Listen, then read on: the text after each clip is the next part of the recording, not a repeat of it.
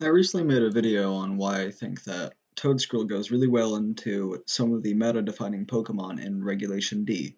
But now that Regulation E is coming up, I think it's a good idea to go over some of the new Pokemon and some of the Pokemon I missed in the other video. Now, Ursaluna Blood Moon is a Pokemon that's been getting a lot of attention, and for good reason. It's an incredibly strong Pokemon, and I think Toedscruel matches up really well into it. As you can see from like the calcs that I've run for Ursaluna Blood Moon, it doesn't really threaten a hit on Toedscruel, whereas Toedscruel's Leaf Storm directly threatens a hit on it, and even Giga Drain deals sizable damage. The typing's a good matchup, and Ursaluna Blood Moon just doesn't have the best special defense, so it's really good for Toedscruel there. There are other special attackers, I will acknowledge that. Those can pretty well take out Ursaluna Blood Moon, but one of the good things about Toedscruel is its flexibility. So I'm running a mostly attack set with Spore, because Spore is just a great utility move. And Toedscruel is a Pokemon that no one really calcs for because it hasn't been seriously used in VGC to my knowledge. Now, I'm also running Life Orb just because that helps it take a lot of these surprise KOs. If you want to go back and watch my old video, I explained how it's calced to take out regular Ursaluna, Heatran, and Urshifu Rapid Strike. A few Pokemon that I missed in the last video was Hisuian Arcanine. I don't know how popular it's going to be in the upcoming set and regulations, but I still think the para is really strong because Earth Power one hits Hisuian Arcanine, at least with this set. I got most of these stat distributions and sets from Smogon, and a few of them from the Pokemon Showdown recommended stat distributions. So these aren't going to be perfect, but in some cases I did calc for the worst case scenario, and Toedscruel still does fine into those worst case scenarios. So with Hisuian Arcanine, it does threaten a KO back with Flare Blitz, but I run Tera Water on my Toedscruel, and that pretty much just allows you to survive really any attack from this specific set and distribution of Hisuian Arcanine. I think it's very valuable. Now, Chiyu is another Pokemon that is fairly popular.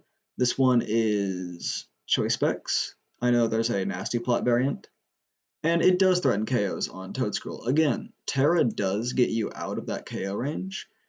This one in particular is running Tera Grass. I don't know how common that is right now, but Tera Grass, Tera Blast would one hit back if you are running Tera Water, but that feels like a very specific scenario to prepare for. Either way, I think that Toedscruel is fine into Chiyu. It's not the best, but it really does well into Goldango. Now, Goldango doesn't really threaten Toedscruel much here, but Toedscruel does threaten Goldango with a 2-hit KO from Earth Power. Now, I think a lot of Goldango run Tera Water. That just opens you up to a potential 1-hit KO with Leaf Storm. I think that's valuable and overall pretty good. Now, Fezandipita is a fairly new Pokemon that I've been seeing get used a lot. Now, I believe they oftentimes run Tera Flying, which in that case, that would pretty much just wall Toedscruel, because one of the unfortunate weaknesses of Toedscruel is that it gets kind of walled by grass and flying type Pokemon. Also Bug, but you're not going to see much of Tera Bug or just mono bug types in the current meta. Even with the disadvantage here, Toedscruel has a good chance to 2-hit KO, and that is if Fezandipita is running max HP, max special defense with Black Sludge. Now, I could also add a special defense boosting nature, which still has a small percent chance to 2-hit KO. Now, again, this is the worst case scenario for Toedscruel. I don't think many Fezandipita are going to run max HP, max special defense. I think it is more likely going to be a mixture of defense and special defense, and I don't know many of them are going to run Black Sludge, so you're likely going to have a guaranteed 2-hit KO into Fezandipita before Tera, which I think is still fairly valuable. Now, Ogerpon is a Pokemon that's been getting a lot of usage. Now, the water variant is not as useful in VGC. Toedscruel fares okay into it after the Water Tera.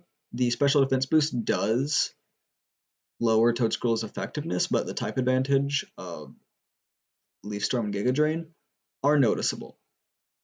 So it fares okay into the water Ogerpon.